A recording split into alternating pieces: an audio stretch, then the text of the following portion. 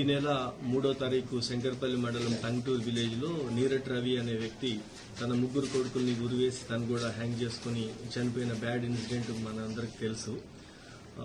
ఈ విషయంలో పరిశోధన చేస్తే తర్వాత అతను జిఎస్ఎన్ ఫౌండేషన్ లో కొంత అమౌంట్ ఇన్వెస్ట్మెంట్ గ్రామస్తుల దగ్గర నుంచి ఫ్రెండ్స్ దగ్గర నుంచి తన ఇన్వెస్ట్మెంట్ కలెక్ట్ చేసి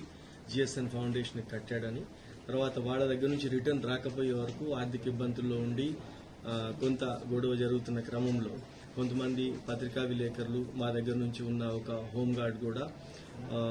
ఇతనికి ఈ విషయాన్ని బయట పెడతాము లేకపోతే ఈ అతను బ్లాక్మెయిల్ లాగా చేసి ఒక పరిస్థితి క్రియేట్ అయింది.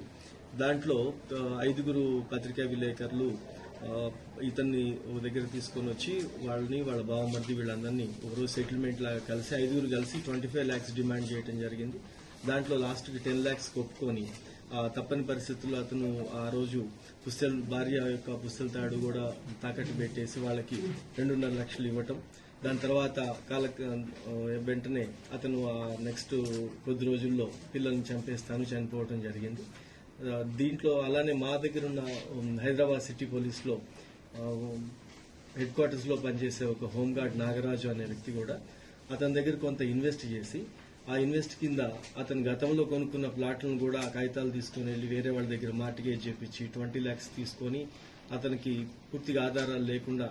జీవనాధారం కోల్పోయేలాగా చేయటం, ఈ అన్ని ఫ్రస్ట్రేషన్ తో అతను ఆ బ్యాడ్ ఇన్సిడెంట్ కి పాల్పడటం, అతను చివరికి ఆత్మహత్య చేసుకోవటము ఇదంతా కూడా ఎస్టాబ్లిష్ అయింది. ఈ కేసులో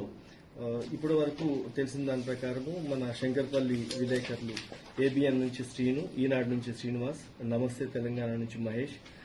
సాక్షి నుంచి ప్రవీణ్, తర్వాత వార్తా నుంచి శ్రీనివాస్ రెడ్డి, ఈ 5 వ్యక్తులు ఆ రోజు వెళ్లిన దాని మీద ఫస్ట్ నుంచి పేర్లు వస్తే దీంట్లో ఉన్న సెన్సిటివిటీ